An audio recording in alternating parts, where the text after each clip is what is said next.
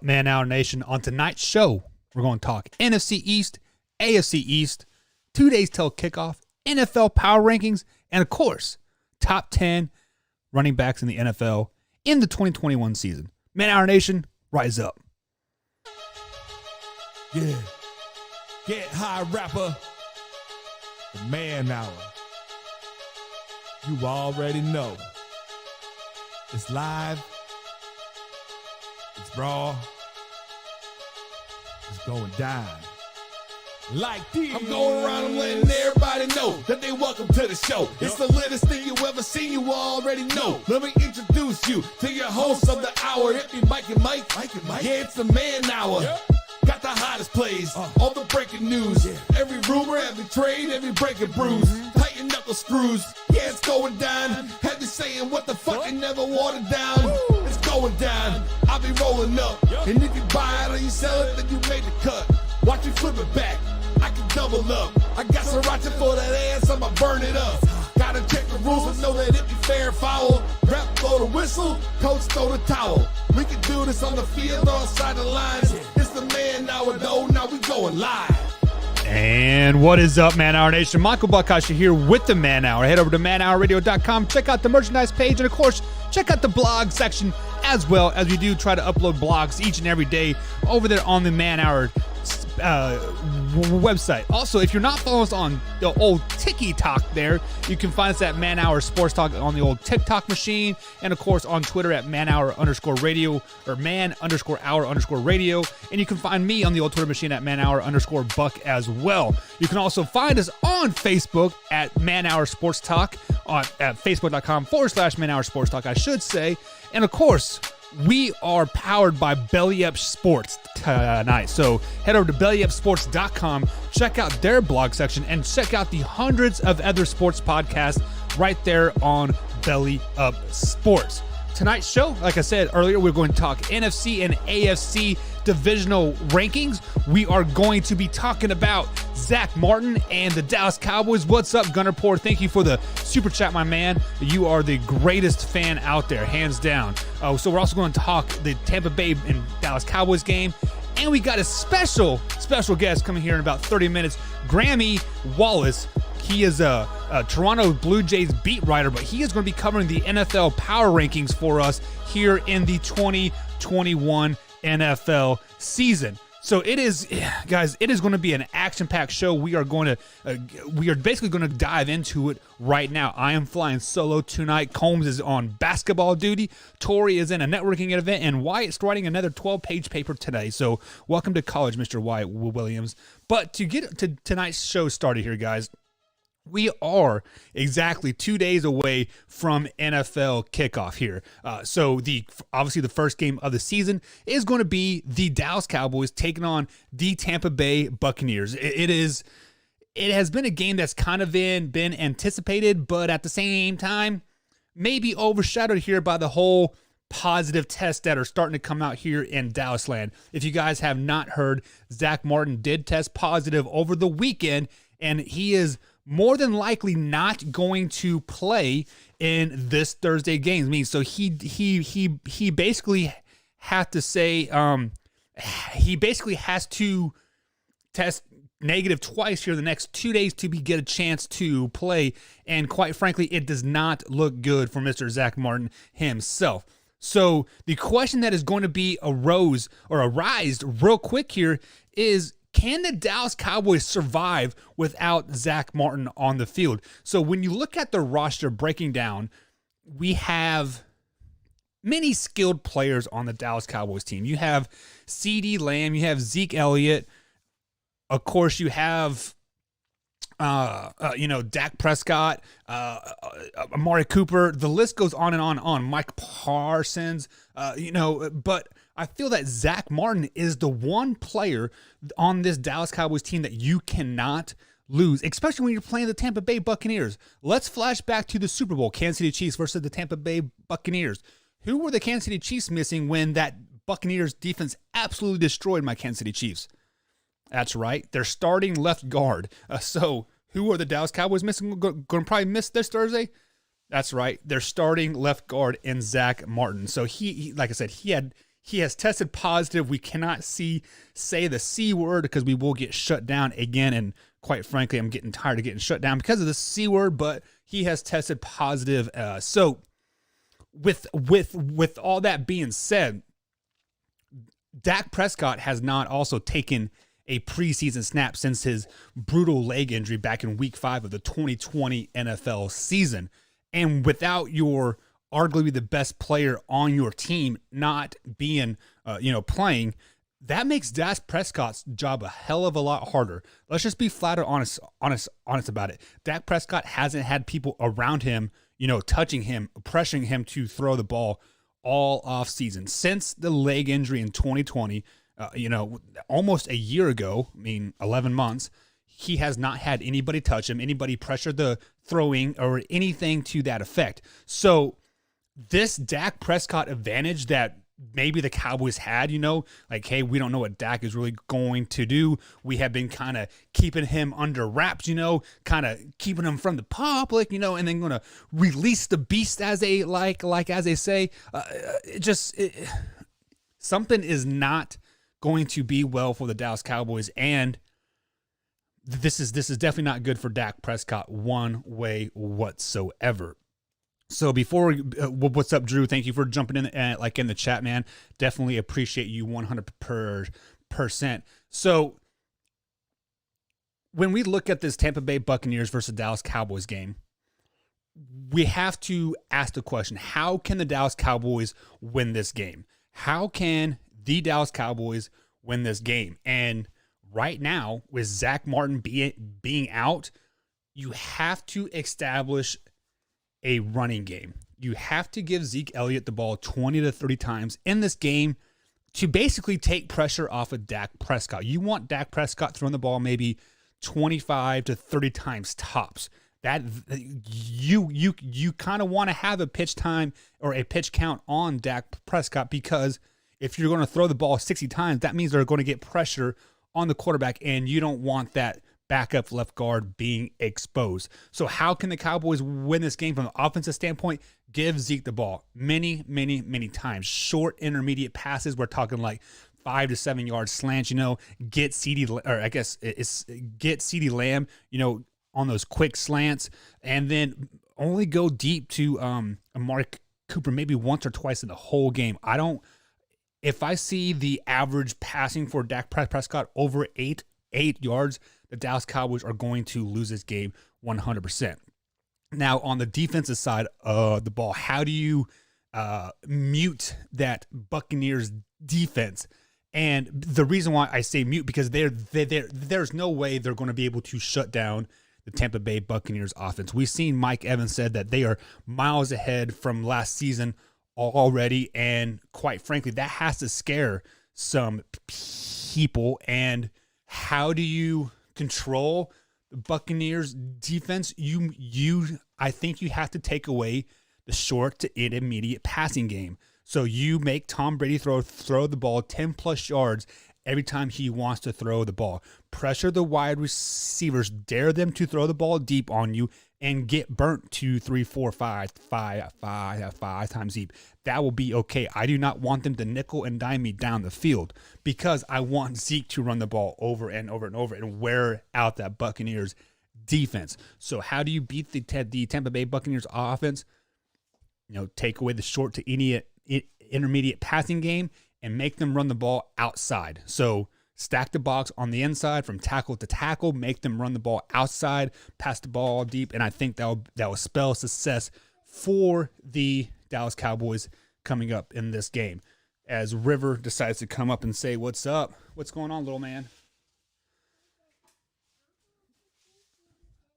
Okay, can you go ask mommy, please? I'm in the middle of a show, okay?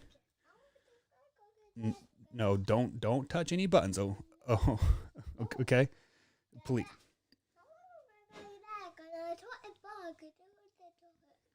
Right. So don't touch any buttons. Go ask Mama to put on Paw Patrol, okay? Okay. Okay, bud. Go watch Monster Trucks then. Okay, you tell Mom you want to go up. All right. I love you, buddy. All right, guys. So as River comes and interrupts the show here for a minute, had to take care of little man for a second. Sorry, dude. So let me go ahead and address some of this comments from Subas here, and he says, "And Brady will burn you. I let him toss a bunch of 25-yard touchdowns." Yes. So Subas, I think that is the only way the Dallas Cowboys have a chance is to make the Buccaneers beat you deep. Just because, like any, with any quarterback, I don't care who you are, the longer you pass the ball down the field, the lower the percentage completion rate is, right? And yes, I know Tom Brady has a great accuracy arm. Yes, I know he has a plethora of receivers. Supposedly Antonio Brown is looking like he did 4 or 5 years ago with the Pittsburgh Steelers. Mike Evans is healthy.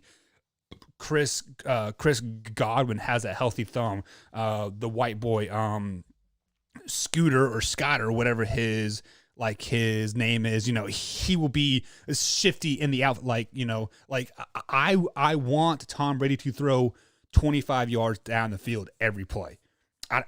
Just because I feel that 70% of the time I'm going to break that up.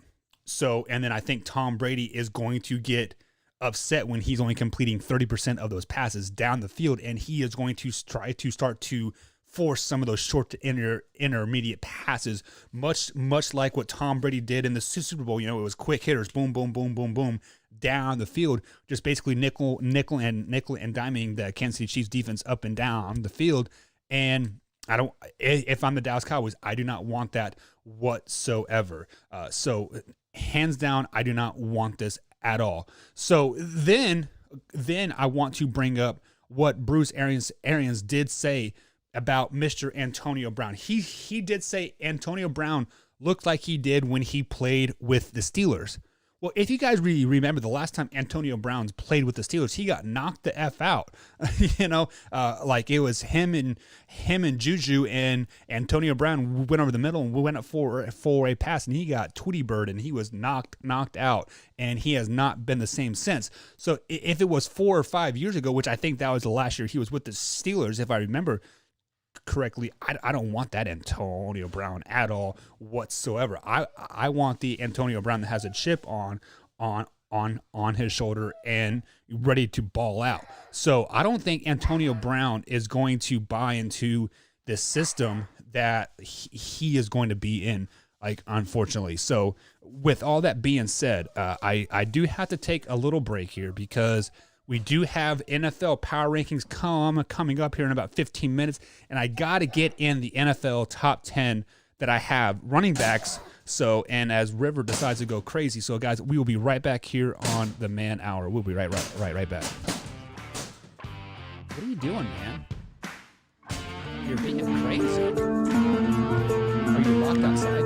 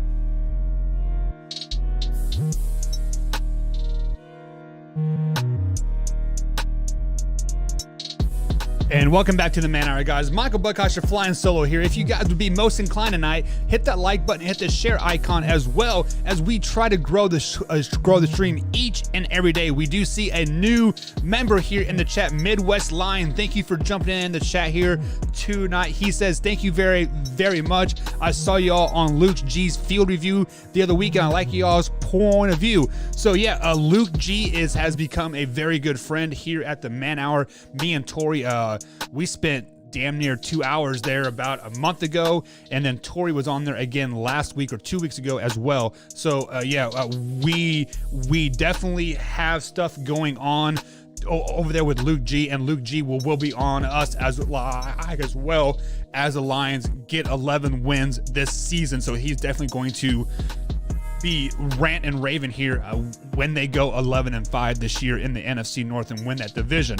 But with all that being said, guys, like I said, we are giving away a trip to Las Vegas. So during the April draft in 2020-22, Man Hour Nation is giving you a flight and hotel to Las Vegas the weekend of the draft, as we cannot guarantee you draft access because it is a first come first serve, and you basically have to stay in the line for 8 or 9 hours to get into the draft, especially the first night.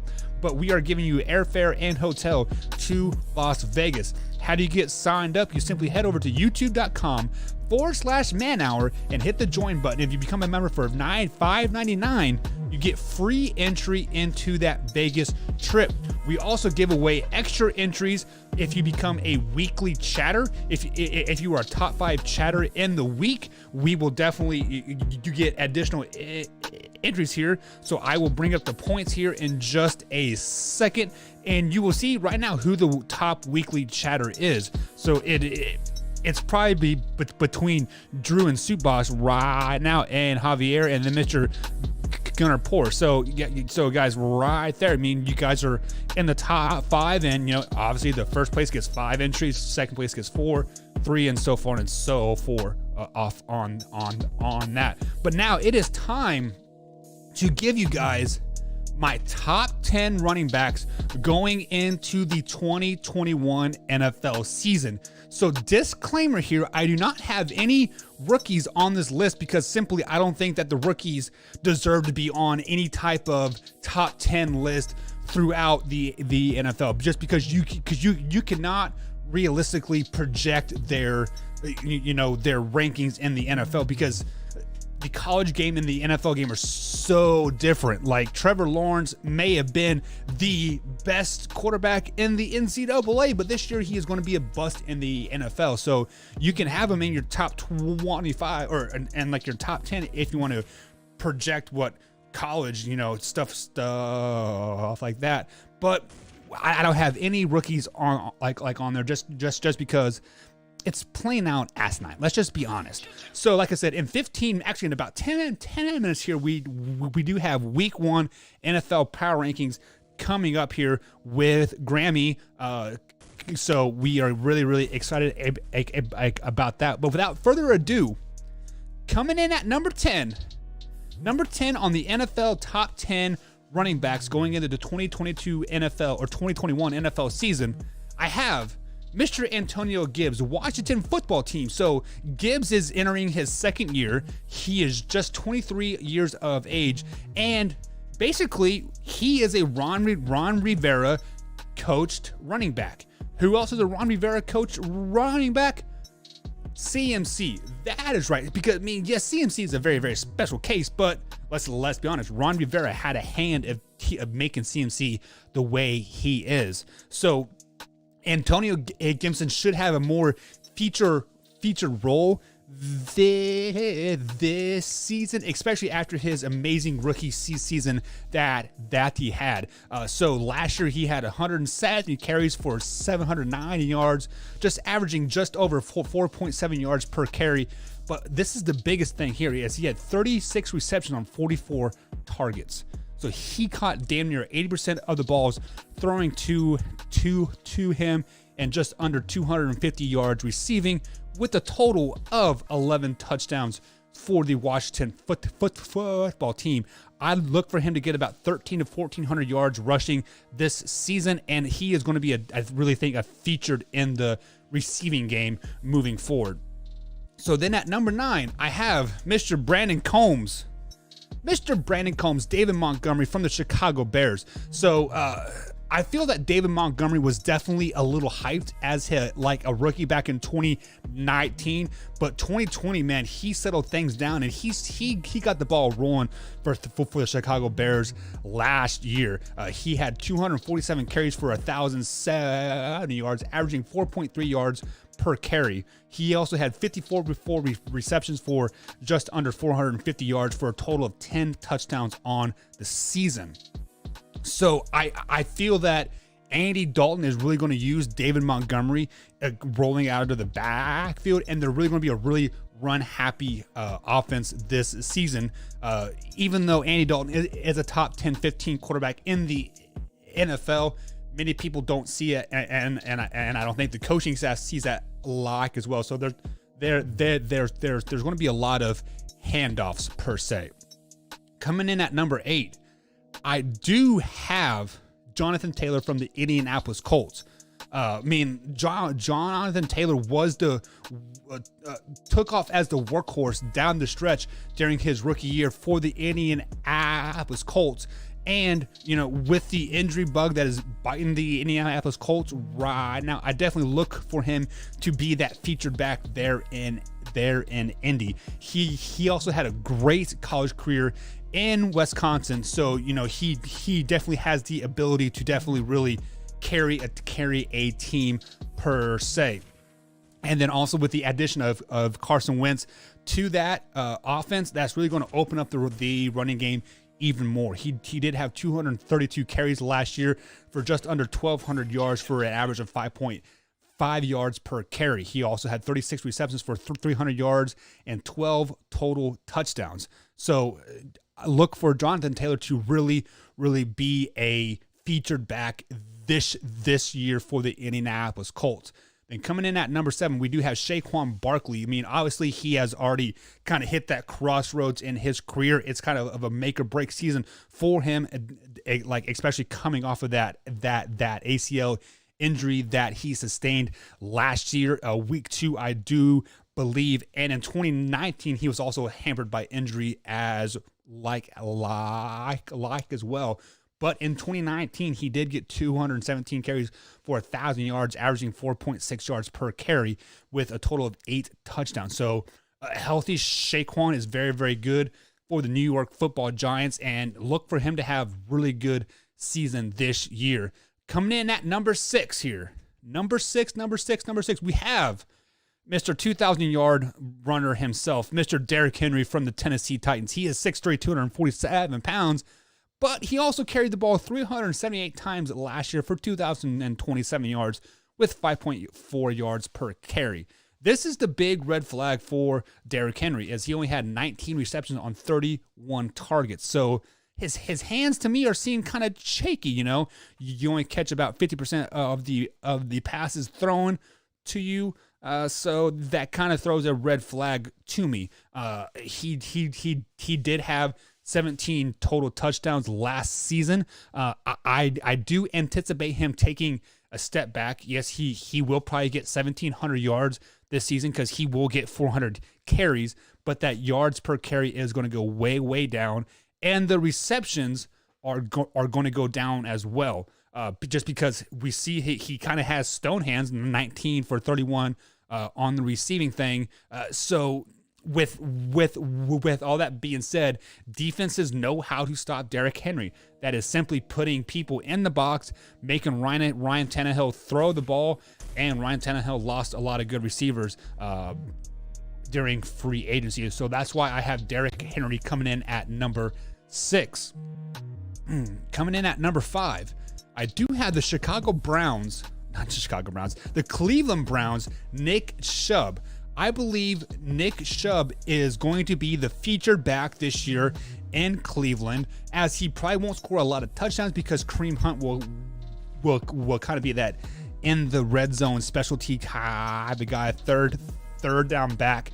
But I really think that Chubb is going to really explode this season. I didn't even have them in the top 10 last year, and I have him breaking the top 5 here in 2021. He did have 190 carries for 1,000 yards for 5.6 yards per carry, and 16 reception on 18 targets for 150 yards, receiving for 12 total touchdowns. So look for Nick Chubb to have a pretty good year here in 2021. Coming in at number 4, I do have Mr. Green Bay Packer himself. If I can scroll down and get his stats for you, there it is. It is Mr. Aaron Jones for the Green Bay Packers. He is a phenomenal change of pace back. He can power it, but he also has these has the speed to break away as well. He did have 201 carries last year for 1,100 yards for 5.5 yards per carry, also with 11 total touchdowns. The biggest thing for Aaron Jones, 47 receptions out of the backfield last year for 355 yards. So that's why I do have him coming in at number 4. Coming in at number 3, another injury-plagued running back. That's CMC, Christian McCaffrey for the Carolina Panthers. He is 25 years old, but he only played 3 games last year with a multiple of injuries. Like, he had the quad injury, he had the ankle injury, and I think he had like a neck or back injury as well. As of right now, he is fully healthy, and look for him to be a very featured back there in Carolina, with Sam Darnold like at the helm. But in 2019, he had 287 carries for 1,300 yards, but 116 receptions for 1,000 yards. So for a total of 19 touchdowns for Christian McCaffrey in 2018. So I do have him coming in at number 3. Coming in at number 2, I do have Delvin Cook for the Minnesota Vikings. He was a selection 8th overall from Florida State, and he has been thriving in the Minnesota basically zone blocking scheme that they have. Spread them out and basically find a gap. He had 312 carries last year for 1,500 yards, with averaging 5.5 yards per carry, with a total of 17 touchdowns. And then, of course, the number 1 running back in all of 2021 in the NFL is going to be Zeke Elliott. So Zeke Elliott is going to be a feature back in Dallas Cowboy land, hands down. No question in my mind. He is going to get 30-plus touches on Thursday night in just 2 days, and look for him to have 20 to 30 carries every game. Yes, I know Mike McCarthy likes to throw the ball and whatever, but this year, look for Zeke to really pound the rock. So, guys, we're going to take a quick little break here, and on the other side of the break, we do have the Week 1 NFL Power Rankings with Grammy Wallace. So, looking forward to that 100%. We'll get him on the air right after the break. So, we'll be right back, guys, here on the Man Hour.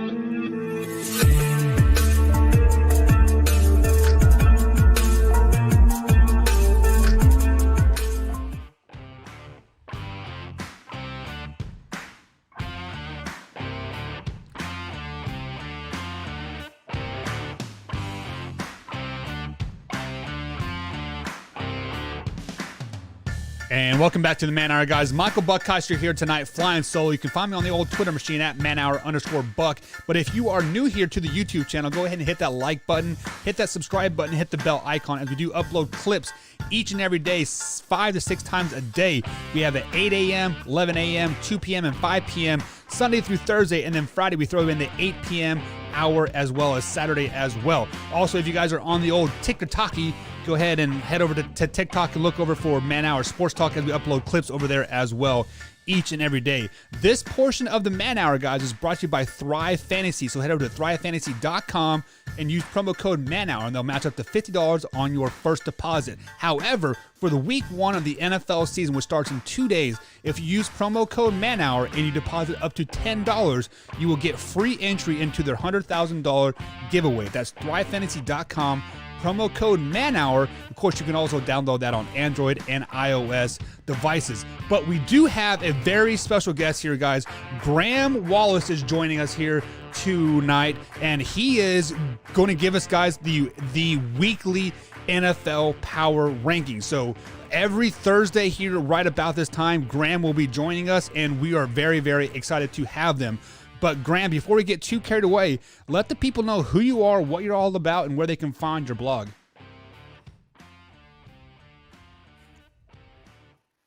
Yeah, appreciate that, Buck. Graham Wallace. You can find me on Twitter at Bus Wallace.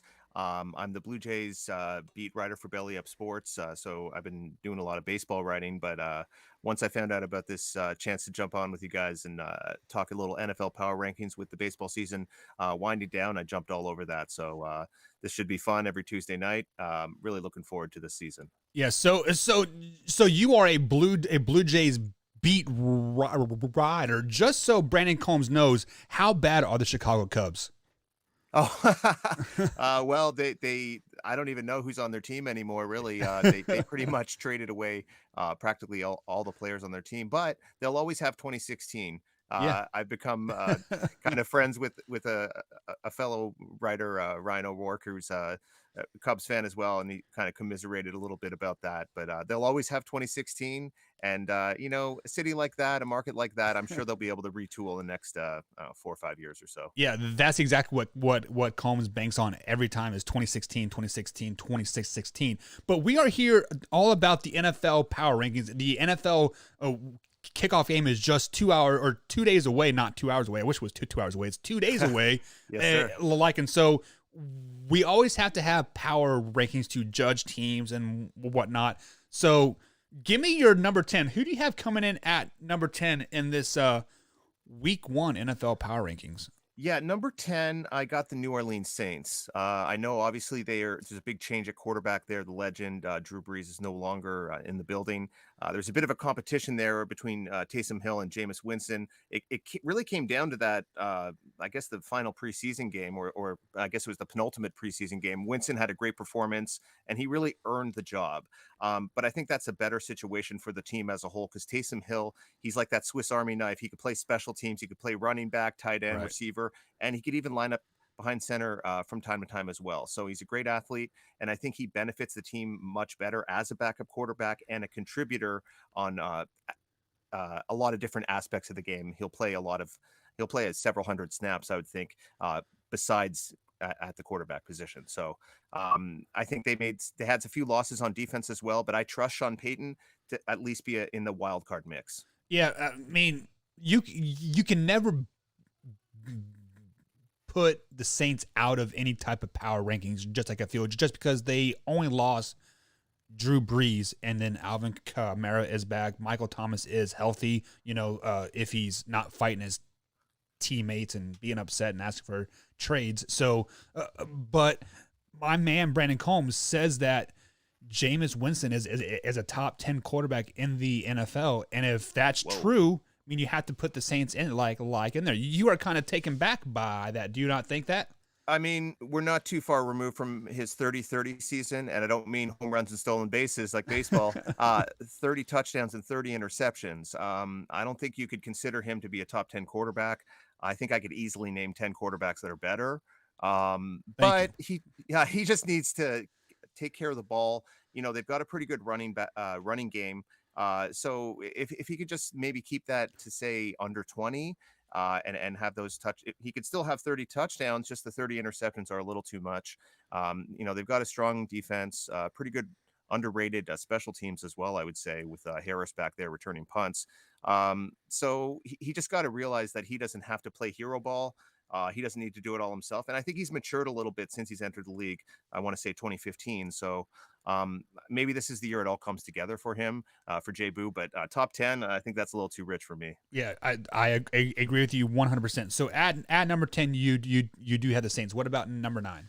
So number 9, truth be told, I had them a couple spots higher until about a week or so ago. The Baltimore Ravens. I think J.K. Dobbins going down, that's going to hurt their ground attack, which means so much to them. I don't think there's a team that relies on the running game more, possibly the Seattle Seahawks, but the Baltimore Ravens, they're all about that ground and pound. I like Gus Edwards, but I like him more in a complementary role. They're going to need someone else, whether it's Tyson Williams. There's a couple other guys in the mix there, but I'm not sure if Gus Edwards is ready to be that number 1 guy. So I still think they're going to have a dynamic running attack, especially when you add in Lamar Jackson and everything he can do. I think their passing game could improve as well. They were, I believe, last in yards passing last year. Even if they could get somewhere into the mid-20s and still be a top 10 rushing attack and a dominant defense, I still think this is a team that could be competitive in the AFC North. Yeah, so a couple things here. Like, I know you are new to the man hour, but we don't speak Lamar Jackson's name here in a very high manner. He is a very trash quarterback. He is bottom tier quarterback here on the man hour. No, I'm totally kidding, but not really. But but I did read earlier today that the Ravens did sign Le'Veon Bell to the practice squad to maybe complimentary Gus Edwards a little bit. I don't know how much Le'Veon Bell will accept that back feature role, because he didn't do it in Kansas City at all. I mean, he actually said that the Kansas City foundation was crap, more or less. So he definitely wants to be the guy. But having the Ravens in the top 10 after losing 2 running backs here in the last week, and that Lamar Jackson just isn't a very good quarterback, I don't think you can put them in the top 10. Well, these are my power rankings. Yep. I have them just squeezing in there. I have a lot of faith in John Harbaugh. 1 losing season since he entered the league in 2008. I think him and Mike Tomlin have been really stalwarts in that division. I mean, I do have them as the 3rd place team in this division. I meant no spoilers.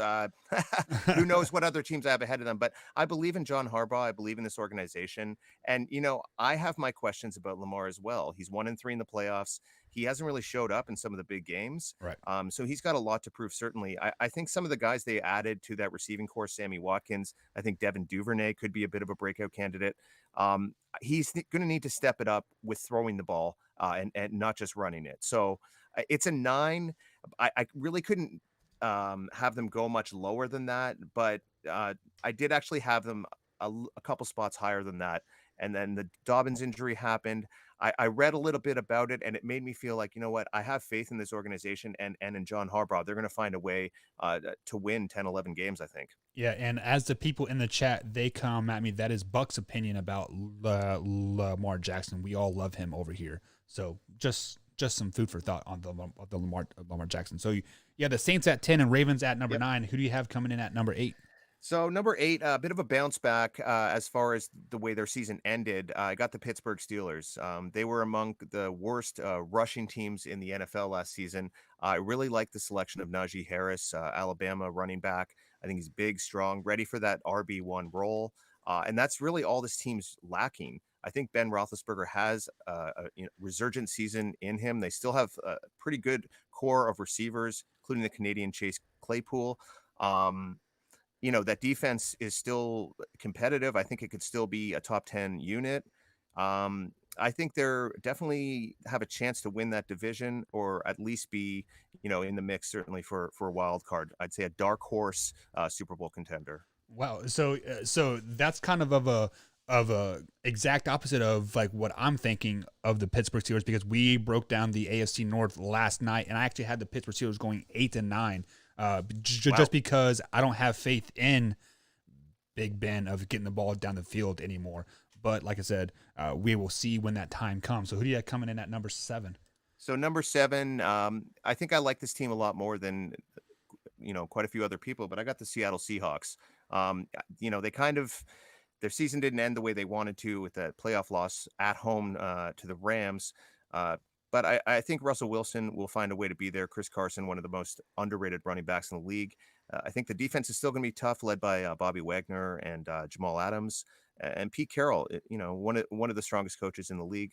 I definitely think they're going to be in the mix. I think it's going to be a really tough division between them, the Rams, and also I think the 49ers could have a nice bounce back as well. So I think some people think they're kind of falling off a little bit, but I still am expecting a strong season from those guys up in the Pacific Northwest. Yeah, like I feel like the Seattle Seahawks are like always right there in the top 5, top 6 of every power rankings week in and week out. They are just a solid team, and that NFC West is probably the toughest division in all of football. So if you are in the top of that division, you are going to do good things. So I definitely like that number 7 pick with the Seahawks. You have coming in at number 6. So number 6, I can't believe I'm saying this, but I got the Cleveland Browns. I'm a believer. They really put it all together last year. I think they have the most dynamic running back duo in the NFL with Nick Chubb and Kareem Hunt. Obviously, they did a lot of damage last year without Odell Beckham Jr. He's going to be back. They got Jarvis Landry. They've got a really dynamic offense. I really like the selection of the linebacker Owusu Karamoa from Notre Dame. I think he could really make an impact right away.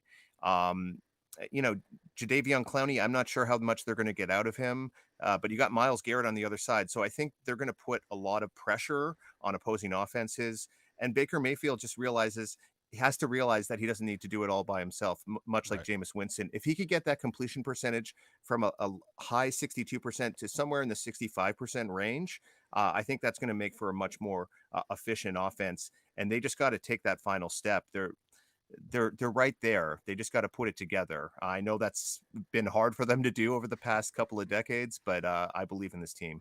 So let me ask you this question here, because I thought that the Cleveland Browns last year got basically more explosive and more controlled without Odell Beckham Jr. on the field. Do you think possibly they could take a step back with adding that ego back onto the field? I think it's a definite possibility. I think Baker has a tendency to look out for OBJ a little bit too much. Now, I don't know what he's saying to him on the sidelines. Maybe he's saying, "You got to get me the ball. You got to get me the ball." We all know he does have an ego, but his boys there too. Jarvis Landry. They obviously went to LSU together.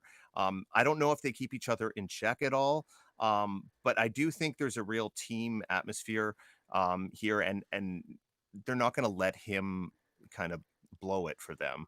I definitely think that's a possibility, but Baker just got to throw to the guy who's open and not just force balls into him. Exactly. And if he could do that, I think they could have a really balanced offense that could put up a ton of points. Yeah, so many people here on the Man Hour actually have them going 13-4, if not 14-3 this season. So 6 is probably right up there where many people have them. So just to recap your bottom 5 here, coming in at number 10, you had the Saints. 9, you had the Baltimore Ravens. 8, you had the Pittsburgh Steelers. 7, you had the Seattle Seahawks. And number 6, you had the Cleveland Browns. Who do you got coming in at number 5, Graham? So number 5, I have a team. A lot of people are all over the Los Angeles Rams. They got a new quarterback. They put in Matthew Stafford, Jared Goff out the window over to the Detroit Lions. And I think Sean McVay and a lot of the Rams nation are really excited about the possibilities of that move. I think you're going to see a lot more downfield passing with this team, Woods and Kupp and some of these other weapons that they have, Tyler Higbee as well. I know Cam Akers, that injury could be a big loss, but I think they'll be okay. And I really expect them to be kind of a 60-40 passing team. Actually, I think they're going to be really aggressive with throwing the ball down the field. And we're going to kind of see the Rams we saw 18, I should say, when they went all the way to the Super Bowl, when Goff was playing at a higher level, a bit more confident player he was back then. So I think Stafford will be able to unlock things in the offense that really McVay didn't feel comfortable doing previously with Goff. Yeah, and let's not forget that they do have probably the most dominant defensive player we have ever seen in Aaron Donald on that side, and just that defense is probably a top 5 defense in the NFL for at least the last 2 seasons, if not further. And I anticipate them being much more of the same. Like, we haven't broken down the Rams division yet with the Seahawks and stuff like that, but right now you have 2 NFC West teams in the top 10. So obviously, it's going to be a very, very competitive division, and hopefully they don't beat down each other and keep each other out. But many people do have the Rams in the Super Bowl. But Yes. who do you have coming in at number 4? So number 4, I got the Green Bay Packers. I think quite a few people had them maybe a little bit lower, maybe towards 10. But I still believe in Aaron Rodgers and the other Aaron Jones. The rest of this offense, I don't know if Robert Tonyan's going to catch 12 touchdowns again, but he's definitely a downfield weapon as well. Devontae Adams is probably a top 3 receiver, whether you have him 1, 2, or 3. You probably have him somewhere in that mix. I still think the defense is good enough to be competitive, probably be a top 10 unit or so. I still believe in this team. They won 13 games the last 2 years. They weren't able to finish. They got to the NFC Championship the last 2 years. I think they're so close. I like what they've got going with LaFleur and Rodgers. I think they actually do have a good relationship. There's been a lot made out of that, but I'm going to believe in this team until they start falling apart. I haven't seen any cracks in the seams, so I still think the Green Bay Packers have a very strong season ahead of them. Yeah, you will not see any cracks in the seam until week 2, when the Detroit Lions come into Lambeau and beat the Packers by 17 points, I should say, as the Lions will go 11-6 this season. So they'll be in your top 10 by week 4, I bet. Wow, so that is bold. That is bold, but very, very true. Okay. But however, we do have 2 Packer fans here on the show, and Tori and the Wyatt Williams. So they'll be very much in love with that number 4 pick. But who do you have coming in at number 3? So I got the Buffalo Bills. We saw Josh Allen just take off last year. He increased his completion percentage by over 10%. He's just so much more efficient, but still explosive, throwing the ball down the field. He developed a magnificent connection with Stephon Diggs. Cole Beasley also had a great season. He's been making the news for other reasons. We don't need to go there. But I think the defense needs to get better and needs to improve. Certainly, AJ Epinesa is a guy that they drafted out of Iowa a couple years ago. They're looking for him to make an impact. They also took a bit of a flyer on a late first round pick, hoping to improve that pass rush, which is really the biggest weakness of their team. I also think they could stand to make some improvements in their running game. They kind of went with a by committee approach with Singletary and Zach Moss as well. So if they can make some gains in those 2 areas, I definitely think this is a Super Bowl caliber team. Josh Allen is, I think, a top 5 quarterback right now, and they're ready to go. Yeah, so spoiler alert, I am a Kansas City Chiefs fan. However, I do have the Buffalo Bills in the Super Bowl this year, so take that as you will. So just to recap the top 5 here, we have 5 coming in with the LA Rams, 4 you have the Green Bay Packers, and 3 you have the Buffalo Bills.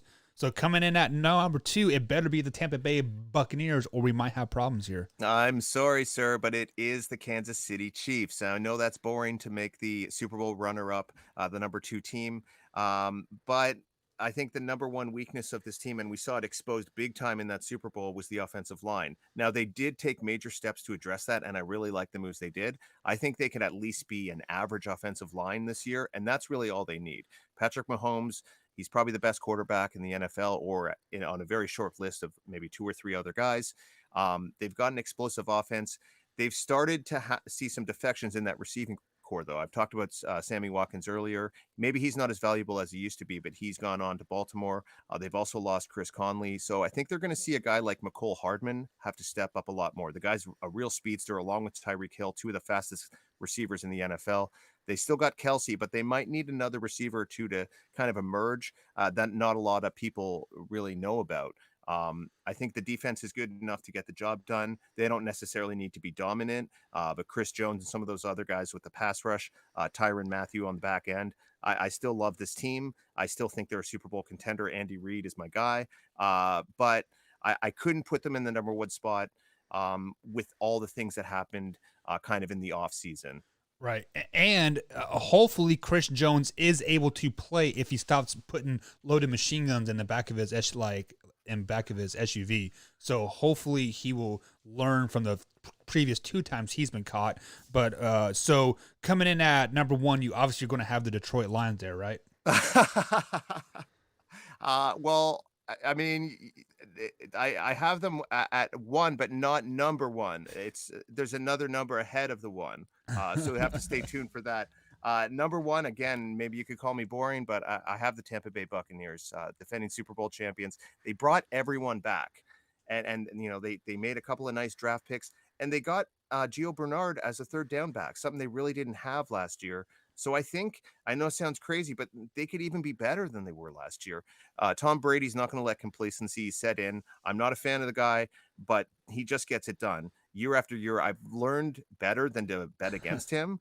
So I'm just going to put them at number 1. And if they start losing a bunch of games, you're going to see them drop from there. But I have to put them at number 1 to start it off. Call me boring, call me what you will, but these are my rankings. That's how I have them. Yeah, I mean, you definitely have to put the defending Super Bowl champs at number 1. I feel you are number 1 until somebody knocks you off.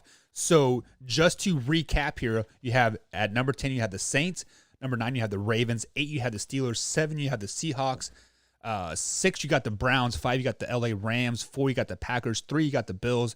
2, you got the Chiefs, and number 1, you do have the Tampa Bay Buccaneers. So the only team that I really don't like up there is the Steelers, to be honest, just because how they finished last year. Yes, they started off the season 12-0, but they lost the final 5 games of the year.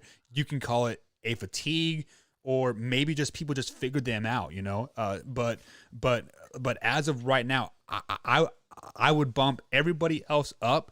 And I would probably slide in the Tennessee Titans in at number 10, just because of like what they did in the postseason. It was very exciting to watch.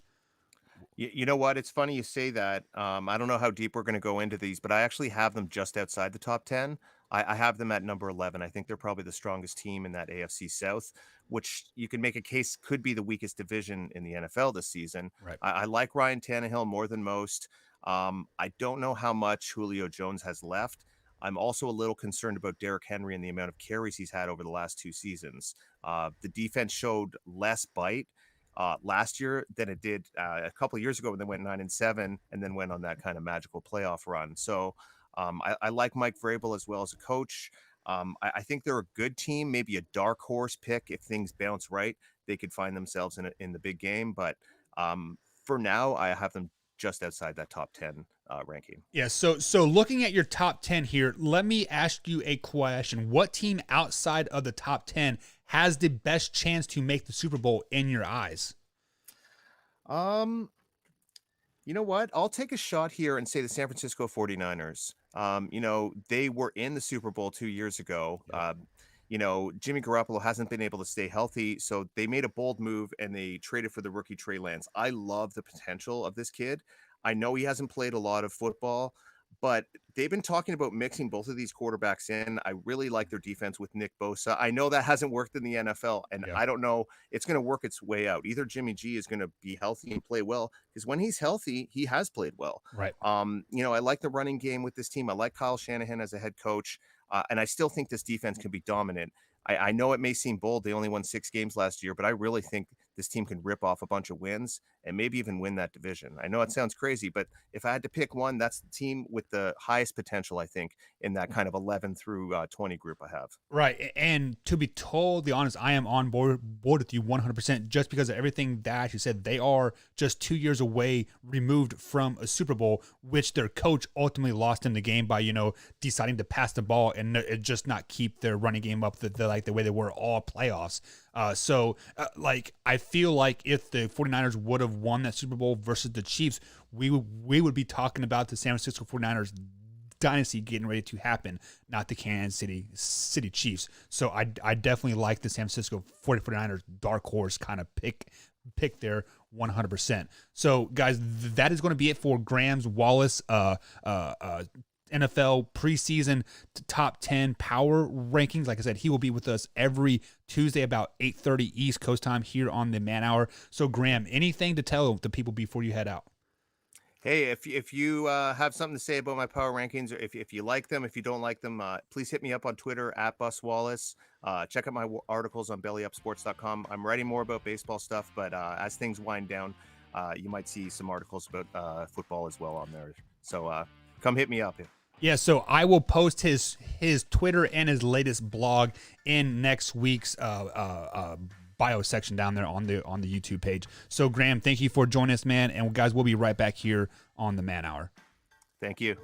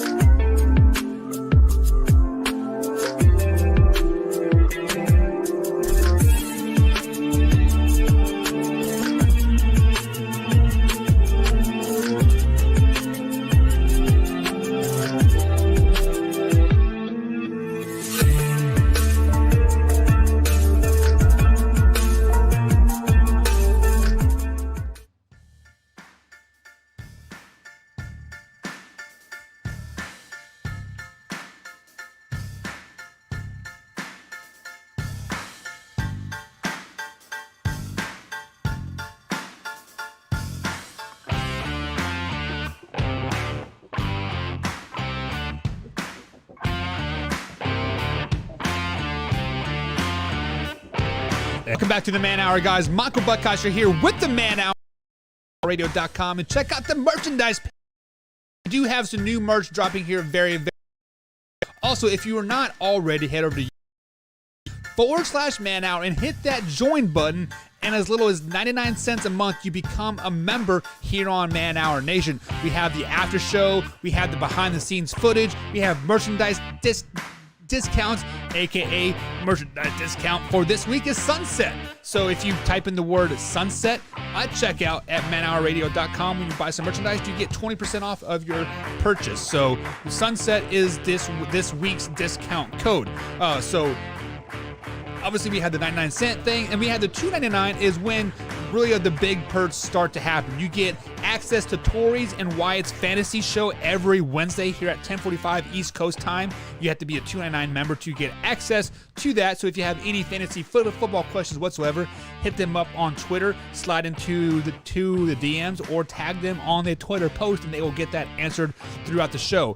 $5.99, you get entered into that Vegas trip. You also get a t-shirt after 6 months of being a part of the Man Hour $5.99 deal. That's the gold membership. And of course, you get extra discounts on merchandise. Then the $9.99 deal, you guys get behind the scenes footage. You get all the after hours footage. You get a hoodie every year. You are part of the Man Hour Nation 99 crew. And other big deals. So guys, check it out, youtube.com/manhour, and hit that join button. So guys, we had Graham Wallace here talking about the NFL power rankings, and I am so glad we had him on.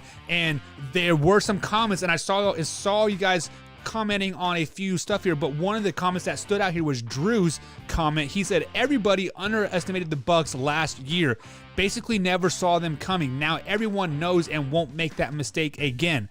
This year they'll be gunning for the Bucs this year. So you are absolutely right. It is a different game when the hunted becomes when the hunters become the hunted. And last year the Bucs were the hunters, and then this year they are going to be the hunted. So with that being said, we are going to be breaking down the NFC East the division right here, guys. Like, obviously we did it way too early back in February and like in March. So tonight I am going to tell you exactly what team is going to do, and we have to start with the best team in the NFC East, and that is the Dallas Cowboys. And speaking of the Tampa Bay Buccaneers, that is exactly who the Dallas Cowboys have week 1.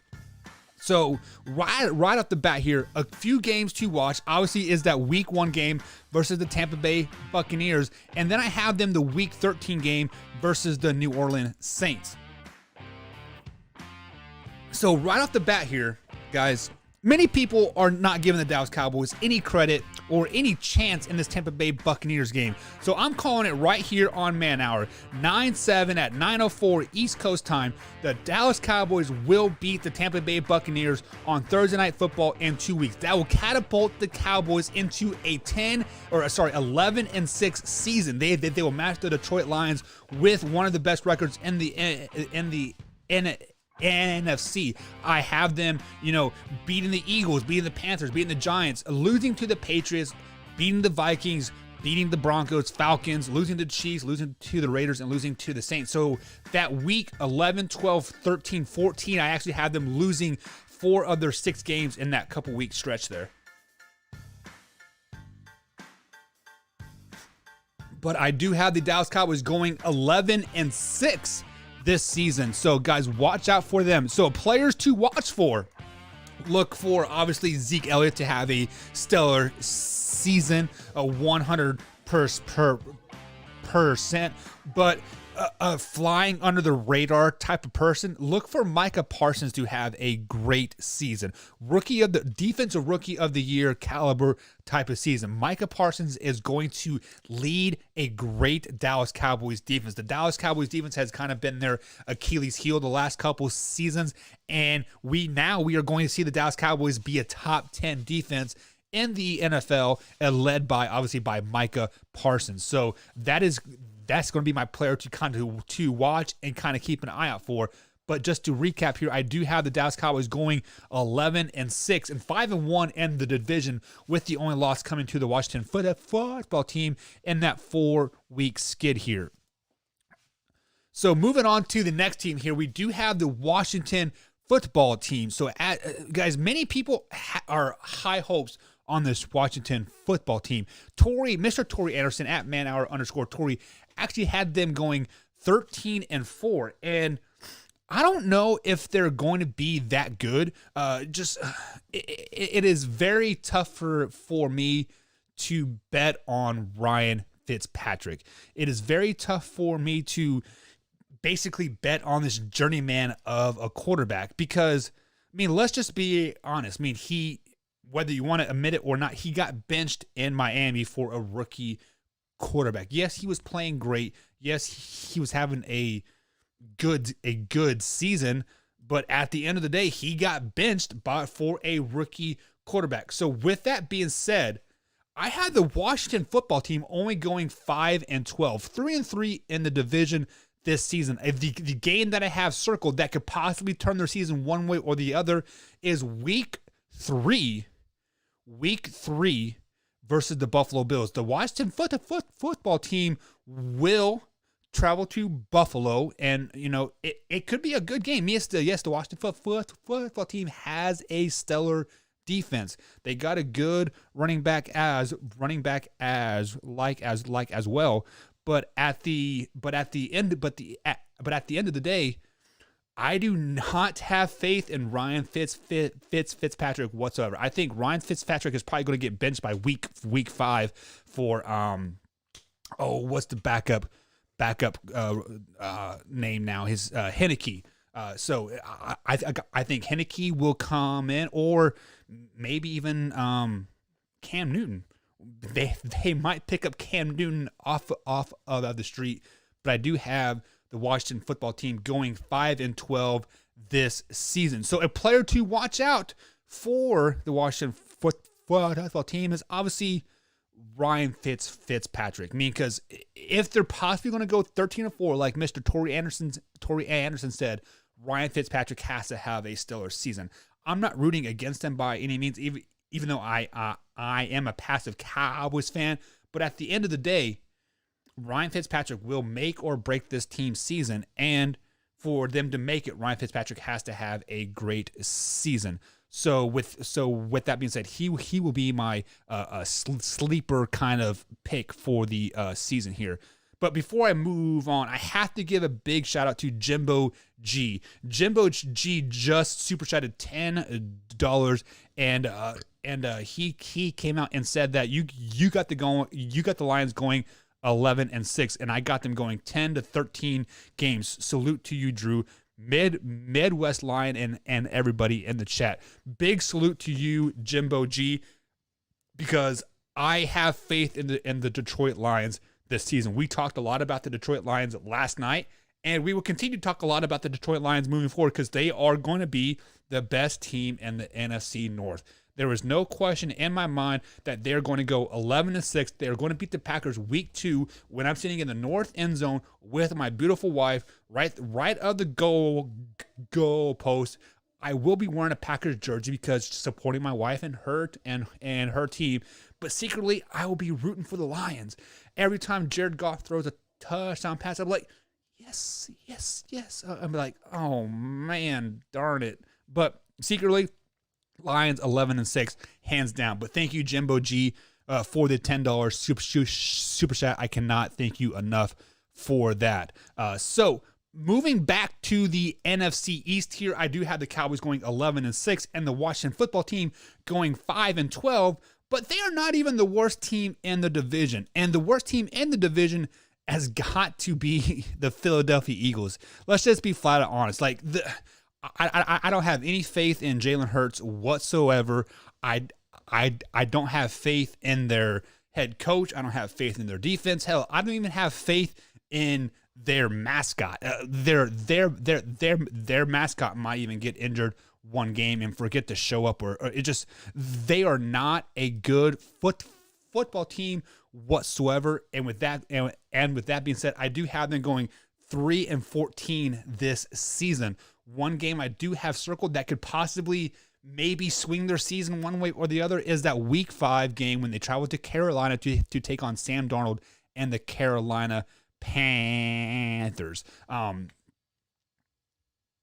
The Carolina Panthers are kind of that wild card team. When we break them down tomorrow, we will talk about their record moving forward. But if the Eagles can really right the ship versus Carolina, because I do have them starting off 0-4, and I actually do have the Eagles beating the Panthers in week 5.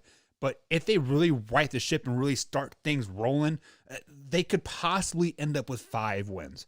Where do those 5 wins come from?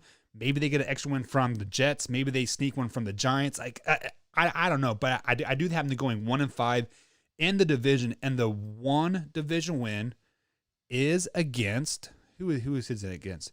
It is against the It's got to be the Washington football team, right? No, it is against the Giants. It is against the Giants, the week 12. So week 16. So I do have them beating the Giants once. So a player to watch for, not Jalen Hurts, not Joe Flacco, but the backup quarterback, Gardner Minshew himself. I am not a Gardner Minshew fan whatsoever. I actually despise the person. I despise his mustache. I despise his hair. I despise his charming good looks and his short shorts and his cut off jean shorts. I don't like the person at all. But if the Philadelphia Eagles want to win at least 6 games this season, Gardner Minshew is going to be the reason why they win those games. Not Jalen Hurts, not Joe Flacco, not anybody else. So Gardner Minshew is kind of the player to watch for you Philadelphia Eagles fans moving forward. But it is what it is. Sorry, Eagles fans. You guys are going to go 3-14 and probably last in the division, unfortunately. So speaking of last in the division, we are going to talk about the New York Football Giants next. The Giants, obviously they were riddled by injury. Last year, Saquon Barkley went down week 2 with the ACL. And I think the Giants actually got better by subtraction last year. Daniel Jones had to grow as a player, as a quarterback, as a teammate without Saquon Barkley like on the field. And I think that kind of did better for them. So with that, this year, I actually have the Giants going 7-10. So they are definitely not as bad as they were last year. That actually puts them second in the NFC East to finish out out the year. But the game that I have circled is that Week 4 matchup versus the Saints. Because as you guys know, Graham Wallace has the Saints coming in at number 10 in the power rankings. And if the Giants could even compete with the Saints, I think that will give them momentum going into Week 5 when they play the Dallas Cowboys. But looking at their schedule, it is not easy whatsoever. They do play a good Washington football team. Yes, I do have them finishing 5-12. But Week 2 they do play Washington. They play the Broncos. They play the Saints. They play the Rams. They play the Chiefs. They play the Raiders. They play the Bucks. They play the Chargers. They play the Miami Dolphins. That is very, very tough out of conference schedule that they have to play, not counting they have to play the Dallas Cowboys twice, which is the best team in the NFC this season. So unfortunately, right now, I do believe the Giants will be on the outside looking into the playoffs this year, but much improved. They will be 7-10 this year, finishing second in the NFC East. So guys, we are up against the next break here as I try to catch my breath, and we will be answering some of the comments here on the other side of the break, guys. So sit back and relax as we come back from the Man Hour right after this break.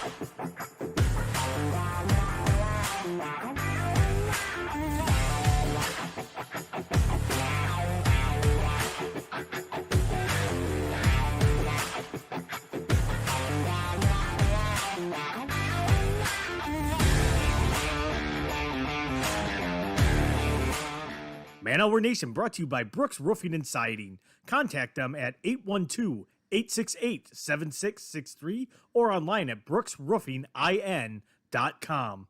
Brooks Roofing and Siding, protection you need when nature strikes.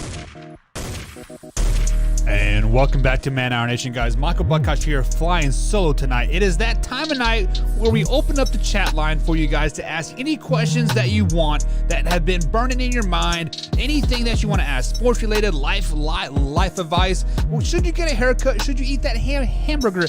Absolutely yes, 100%. But before we do anything tonight, guys, hit that like button and hit that subscribe button here on YouTube.com. Guys, we are 2 subscribers away from 1,700. I would love to get 1,700 by the end of the week. So definitely share this with a couple friends. Hopefully, guys, I have made you laugh and think and maybe root for the Detroit Lions like this year. I don't know.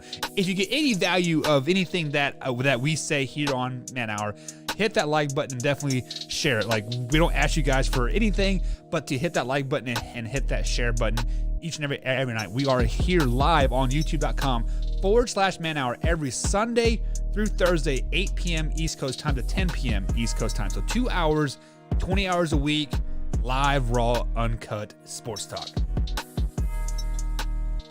Also, if you do like to support us a little bit more, you can also hit that join button here on YouTube, and you can get entered into our Las Vegas trip giveaway for $5.99. That's right, guys. For $5.99 a month, you can enter in our Las Vegas trip giveaway during the NFL draft in the 2022 season. So, I mean, obviously, like I said before, we cannot guarantee you access into the draft because it is a first come, first served basis, and we've heard that you had to wait 7, 8, 9 hours sometimes to get in. But we will be paying for your airfare and hotel there to get to Vegas and get back home. So you also get to hang out with us, have some beers, do some cocaine off of hookers' butts. I'm totally kidding, but we're going to have a great time there in Las Vegas with one of you fans here that are 599 member on youtube.com/Man Hour. So let's get into the comments, because I have been kind of neglecting the comments here tonight, and I definitely apologize for that. But sometimes when I do it on a solo show, I feel a little bit overwhelmed and my throat's going out. So give me a drink of this iced tea. And let's jump into the chat here. So Drew, Jimbo and Drew were coming back and forth when I was speaking about the Detroit Lions. Like, obviously, Jimbo says he likes the 11 and since because he is a Packers fan, but he also says they got 10 to 13 wins this season. I think 13 is a little bit of stretch, but I think 11 is right there where it needs to be. And then Drew comes out and says that I see maybe 10 games, but I think it's going to be more, or 8 or 9 wins for the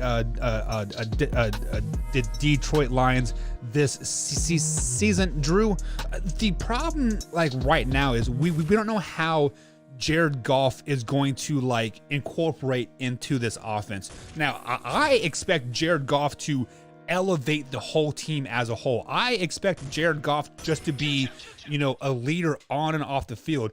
Get DeAndre Swift, up and going, much what we saw Eckler last year. Eckler kind of took off with like Jared Goff like under his wing, and so I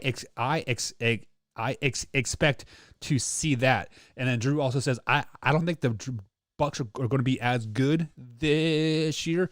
Drew, I totally disagree with you on that, and not because of the fact that they're going to take a step back or they're older or this or this or this. I think the Bucs will be just as good, if not better than that, because they do have an off season, a year under the belt. Tom Brady will probably be calling plays all season, but I don't think the record is going to reflect it, because many teams, we've seen how to beat the Buccaneers, and that's make them throw long passes down the field. And that's exactly what they got to do is they got to force the Tampa Bay Buccaneers out of what they're used to doing, or AKA Tom Brady, what he's used to doing. Tom Brady is used to getting the ball one Mississippi slant route, 1 Mississippi, 2 Mississippi out route, hand the ball off. That is what they are used to doing. So I think that's how you beat the Tampa Bay Buccaneers, and that's exactly what the Dallas Cowboys are going to do. But another huge shout out to Jimbo there. He dropped the 40 note on the super chat here. Jimbo G, you are the man tonight. He says, salute to you, Man-Hour, Buck, and Tori. Tell Tori I said hello. What games do you think we lose and win, and why this season is 11-6 prediction? I like the show. We thank you, Jimbo, for being here 100%. So let me pull up my Detroit Lions picks from last night here. So we will go week by week here, and like I will tell you who I have them beating and whatnot. So right off the bat, I do have them going 4-2 in the division, Jimbo. So week 1, I had them beating the 49ers at home. Week 2, I had them going into Lambeau Field, beating the Packers by 17 points. I think Jared Goff flexes on that Green Bay Packers defense. I think the Detroit Lions take what the Tampa Bay Buccaneers did to them in the second half and exploit that, put that into the game plan and execute it, aka exploit Kevin King over and over and over and over again. Now, the first loss of the season. And then I kind of have the Lions going on this little skid here. So week 3, week 4, week 5, I do have them losing to the Ravens, Bears, and Vikings. Obviously, those are their 2 division losses in the year. Week 4, week 5, and then week 6 they bounce back and they beat the Cincinnati Bengals by, I don't know, let's say 21 points or 21 points or so, because Ford Field is a very hard place to play.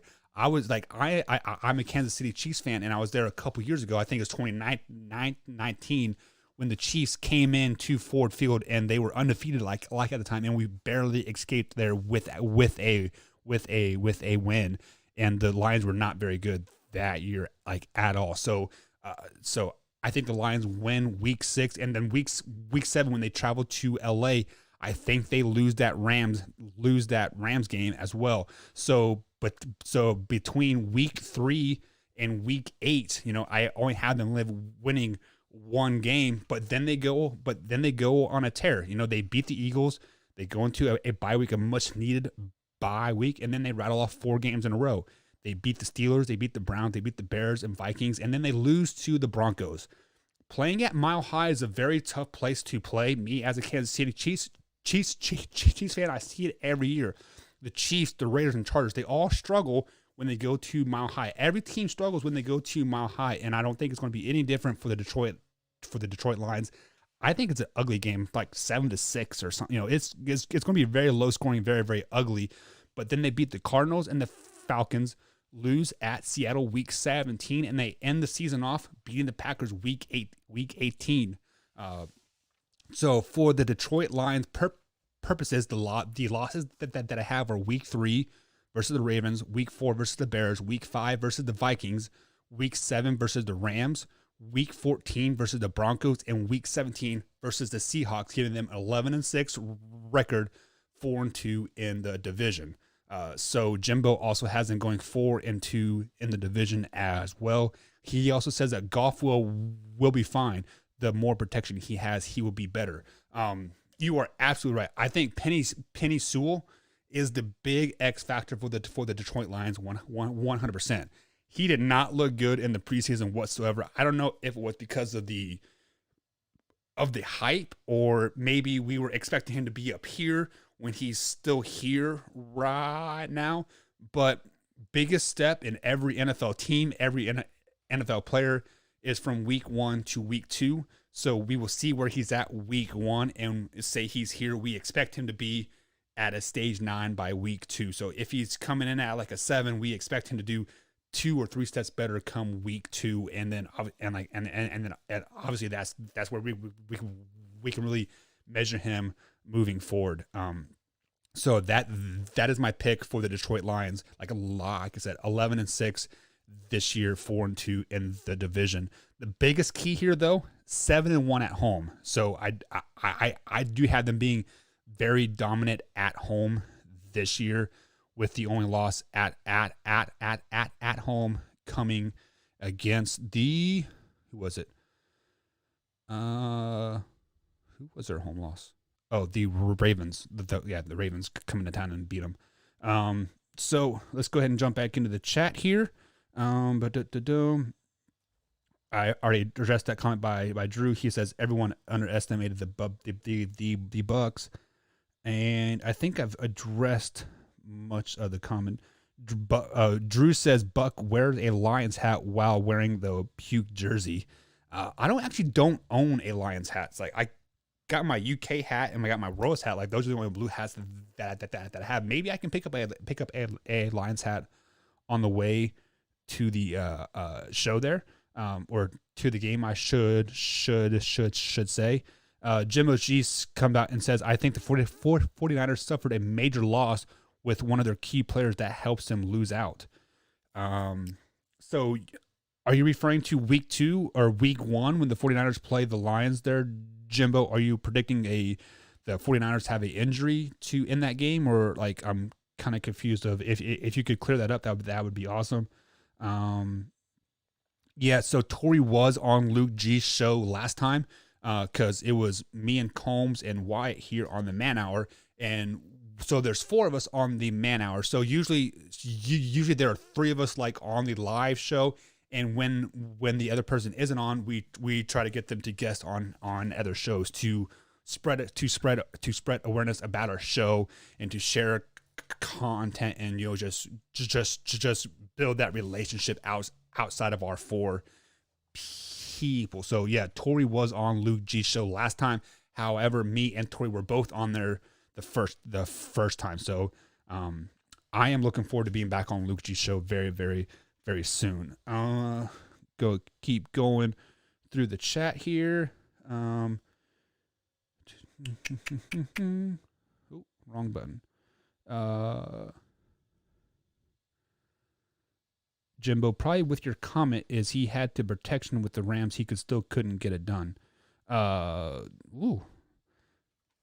So, Drew, you're saying that Jared Goff will have a bad season with the Detroit Lions. Is that kind of what I got out of that right there? Like, if he's going to have a bad season, like how bad of a season is Jared Goff going to have for the Detroit Lions? Jimbo comes back and says the Lions are unknown, which will catch a lot of teams off guard.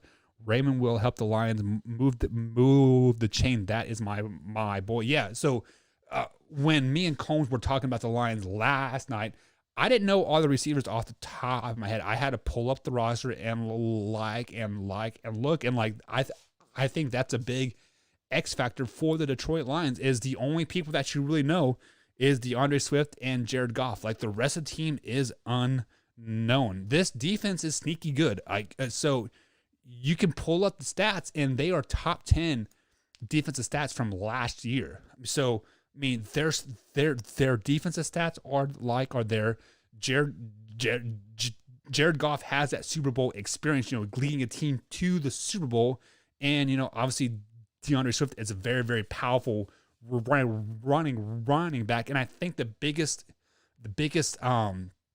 issue for the Detroit Lions is, can DeAndre Swift stay healthy this year? I think that's really the only big if for the whole Detroit Lions team this year is, can they stay healthy? So I anticipate them staying healthy 100%. So I think DeAndre Swift will sneak into a top 10 running back in the NFL from a 2022. So guys, with all that being said, I got to wrap up the show tonight. We are up against the time. I do have an interview planned, to fill the 2 hours. Like obviously, we do have Zen on. So if you guys are not following us on Belly Up Sports, you can watch that interview on Belly Up Sports tomorrow at 11 a.m. East Coast time is when the full 2-hour show will air. So guys, this is Michael Buckheiser, live, raw, uncut sports talk here on the Man Hour. We will catch you tomorrow as the whole crew is back, and we will be covering the NFC and AFC South teams. So 2 days till kickoff, guys. Get excited. And Drew, best wishes to your wife. Hopefully she gets better and you guys stay healthy. So guys, well wishes from here, everybody at the Man Hour. Head over to manhourradio.com. Check out the merchandise page. Thanks for the Cheaper Chats tonight, guys. And as always, stay blessed.